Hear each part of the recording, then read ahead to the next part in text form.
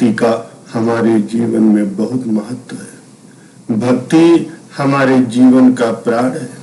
जिस प्रकार से किसी पौधे का पोषण जल और वायु द्वारा होता है, उसी प्रकार से हमारा हृदय भक्ति से ही सशक्त और सुखी होता है। भक्ति वो प्यास है जो कभी बुझती नहीं और न कभी उसका विनाश होता है, अपितु वो तो तुरंत बढ़ती ही रहती है।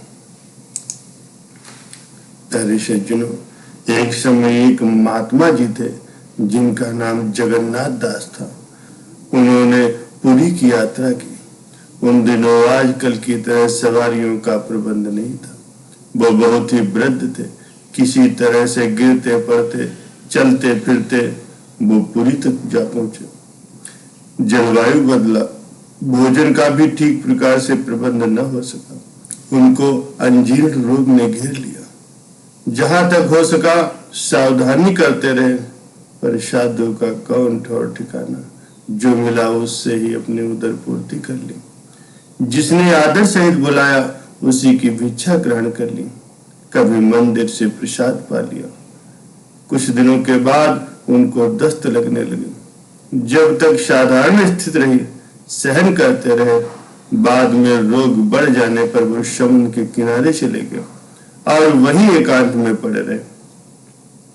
दस्त में कमजोरी तो आती ही है। बूढ़े थे, बेहोश हो गए, कपड़ों में ही मलमूत्र करने लगे। मक्खियां भिनभिनाने लगी। जो आता वो भी दूर से ही देख करके लौट जाता। कोई पूछने वाला नहीं था कि यह मरने वाला व्यक्ति कौन है, कहां से आया, इसको दवा की आवश्यकता है या नहीं।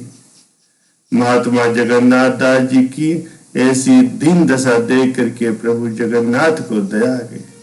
भगवान जगन्नाथ जी ने 10 वर्ष के बालक का रूप धारण करके अपने भक्त के समीप जा पहुंचे। उसके कपड़े बदले, उसको अपने कर कमलों से शौच करा। मलमूत्र के वस्त्रों को ले जाकर के समुद्र में धोया, फिर उसे धूप में सुखाया। तब तक वो कपड़े भी खराब हो चुके थे जो उन्होंने पहने थे। अब इन्हें फिर बदला और धोया सुखाया। कई दिन व्यतीत हो गए। जगन्नाथ दास जी को कुछ भी खबर नहीं थी कि मेरी सेवा कौन कर रहा। जगन्नाथ जी को जब कुछ होश आया, आंख खोली तो देखा एक बालक ये सब तरह की सेवा कर रहा। बोलने उठने की सामर्थ्य नहीं थी। चुप रह गए और मन ही मन में उसकी प्रशंसा करने लगे, उसे धन्यवाद देने लगे। 2-3 दिन और ऐसे ही कटे। अब शरीर में कुछ बल आया। महात्मा जगन्नाथ दास जी उठे और सहारे से खिसकते हुए जल तक पहुंचने का प्रयास किया। वहां पहुंचकर स्नान किया। शुद्ध धुले हुए वस्त्र जो लड़के ने पहले ही तैयार करके रखे थे उनको बदला। भजन और नित्य कर्म की सामर्थ्य नहीं थी। एक शुद्ध स्थान पर सघन वृक्ष तले आकर के लेट गए। बच्चा कहीं से जलपान ले आया। वो खाया और आराम करने लगे। ऐसे ही कई और दिन बीत गए। अब महात्मा जगन्नाथ दास जी का स्वास्थ्य ठीक हो चला था। वह चलने फिरने में भी समर्थ थे। दस्त बंद हो चुके थे। भूख भी लगने लगी थी। कुछ खा भी लेते थे, पर अभी पूरे निरोग नहीं हुए थे। दुर्बलता बाकी थी, लेकिन संध्या नियम उनका शुरू हो गया था। प्रातः काल का समय था। भगत जी स्नान करके पूजा करने के लिए बैठे ही थे। ध्यान में डूब गए, मस्ती छा गई, तन बदन भूल गए, शुद्ध बुद्धि जाती रही। उस दशा में बालक के शरीर में उनको भगवान के रूप के दर्शन हुए। महात्मा जगन्नाथ दास जी घबरा गए, आंख खोल दी, रोने लगे। जल्दी से उठ करके अपने सेवक बालक के चरणों में लौट गए। जगन्नाथ दास जी क्षमा याचना करने लगे, तरह तरह की विनती करने लगे। प्रभु, इस अधम के लिए आपने इतना कष्ट क्यों उठाया? माता की तरह मलमूत्र साफ किया। इस पापी को तो मर जाने देते, इस अपराधी को दुख झेलने देते। ये दुष्ट इसी योग्य था, इसे दंड मिलता। आपने क्यों इतनी दया की? क्यों इसकी खबर ली? अब इसका प्रायश्चित मैं कैसे करूं? इसका बदला मैं कैसे चुकाऊं? किन शब्दों में मैं आपकी विनती करूं। मैं कर्तव्य विमूढ़ हो रहा हूं, क्या करूं कुछ समझ में नहीं आ रहा।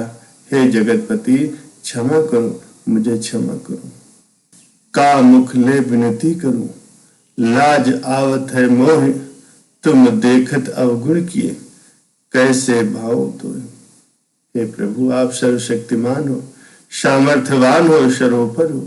आप चाहते तो दूर रहते हुए ही इस व्यथा को दूर कर सकते थे।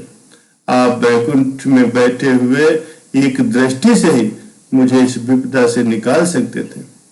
आपने यहाँ पधारने का कष्ट क्यों किया, क्यों उस दास के लिए इतनी चिंता की। ये सुन करके प्रभु बोले, हम भक्तन के भक्त हमारे। हे प्यारे जगन्नाथ, मुझसे भक्तों के दुख देखे नहीं जाते, मुझसे उनकी विपत्तियां नहीं सही जाती। मैं भक्तों को सुख देने के लिए सर्वदा तैयार रहता हूँ, उनके लिए सब कुछ कर सकता हूँ। इसमें मुझको आनंद आता है, ऐसा करते हुए मुझे खुशी होती है। मैं भक्तों से दूर किसी और स्थान पर नहीं रहता, मैं सदा ही उनके समीप ही रहता हूँ, उनके स्थान में ही चक्कर लगा करता हूँ। तेरा कष्ट मुझसे सहन नहीं हो सका, मैंने प्रकट होकर के तुझे आराम पहुंचाने की कोशिश की। इसमें कोई बड़ा काम मैंने नहीं किया, केवल अपने कर्तव्य का पालन किया। भगवान ने कहा, प्रेम सब कुछ करा देता है, तो मुझे प्यारा है इसीलिए मैंने ऐसा किया। इसके लिए तो किसी भी प्रकार की चिंता मत कर, हृदय में क्षोभित मत हो। हाँ, एक बात जो तूने और पूछी कि वहां बैठे बैठे ही मैं इस रोग को दूर कर सकता था, सो हे भ्राता, ये मेरे अधिकार से बाहर की बात है। प्रारब्ध का भोग तो अवश्य ही भोगना पड़ता है, कर्म बिना भोगे नहीं कटता। ये प्रकृति का नियम है, मैं इसमें कुछ नहीं कर सकता। पुरारी जो कुछ भी सुख या दुख उठाता है, कर्मानुसार ही उसे मिलता है। जगत में कर्म ही प्रधान है।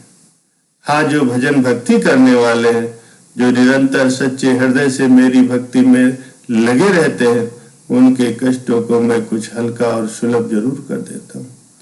कठिन विपत्ति के समय अपने सेवकों की मैं सहायता कर देता हूँ, यही मेरी दया। कर्मों को बिना भोगे आत्मा शुद्ध नहीं होती। संस्कार आत्मा के ऊपर लिपटे रहते हैं और पर्दा बन करके प्राणी को मुझसे दूर किए रहते हैं। कर्मों को भोगने से ये आवरण हट जाते हैं और मैं उन्हें समीप ही दिखाई देने लगता हूँ। फिर ऐसा निर्मल चित्त वाला भक्त और मुझ में कोई भेद नहीं रह जाता। वो मेरे हो जाते हैं और मैं उनका हो जाता हूँ। ऐसा उपदेश दे करके भगवान अंतर ध्यान हो गए।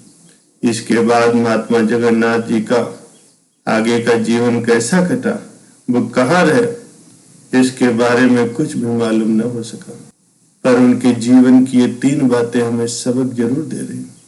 पहली बात, कर्म के भोग को परमात्मा भी नहीं टाल सकते, वो भोग करके ही कर सकता है। उसका भोगना अपने लिए भी लाभदायक होता है और बिना भोगे न तो आवरण हटते हैं, न संस्कार क्षय होते हैं और न ही हृदय शुद्ध व निर्मल बनता है। कठोर हृदय भजन के योग्य नहीं होता, नरम हृदय आदमी ही इस दौलत का हकदार होता है। दूसरी बात, मूर्ख और दुष्ट प्रकृति के मनुष्य विपत्ति के समय ईश्वर को कोसते हैं, उसे गालियां देते हैं, पर ये नहीं सोचते कि ये उन्हीं के किए गए कर्मों का फल उनको मिल रहा है। इसमें ईश्वर का क्या अपराध हुआ कि उसके सिर पर वो दोष मरते हैं। ईश्वर तो तुम्हें सदा ही सुख में रखना चाहता है, परंतु तुमने अपने आप ही अपने लिए कुआं खोदा और उसमें गिर पड़े। इसमें किसी दूसरे का दोष क्यों दे रहे हो? अपनी मूर्खता पर पछताओ, आगे से उसे दूर करने का प्रयत्न करो। सदाचारी जीवन बनाओ, सत्कर्म करो, बुरे कर्मों को त्याग दो, राग द्वेष से दूर हट करके सबके साथ प्रेम का बर्ताव करो। फिर देखो तुम सुखी रहते हो या नहीं। तीसरी बात ये आई, कुछ लोग तर्क करते हैं कि जब कर्म का फल भोगना ही है तो भजन से क्या लाभ, क्यों भजन और पूजा में समय नष्ट करें, क्यों वृथा परिश्रम उठाए। ईश्वर हमें क्या देगा, हम जैसा करेंगे वैसा भोगेंगे। इसका समाधान भी इस सत्संग में है। वो ये है कि भोग तो आएगा ही और वो भोगने से ही कटेगा, लेकिन जो भजन करने वाले हैं, भगवान के सच्चे भक्त हैं और साथ ही शुद्ध चरित्र और कोमल स्वभाव के हैं, उन्हें कठिन विपत्ति के समय गुप्त सहायता ऐसी मिलती है जिससे वो कष्ट तीव्र और भारी न होकर के सूक्ष्म और हल्का हो जाता है। अब मनुष्य के अंदर एक ऐसी शक्ति का संचालन होता है जो उसे शांत और प्रसन्न रखती है।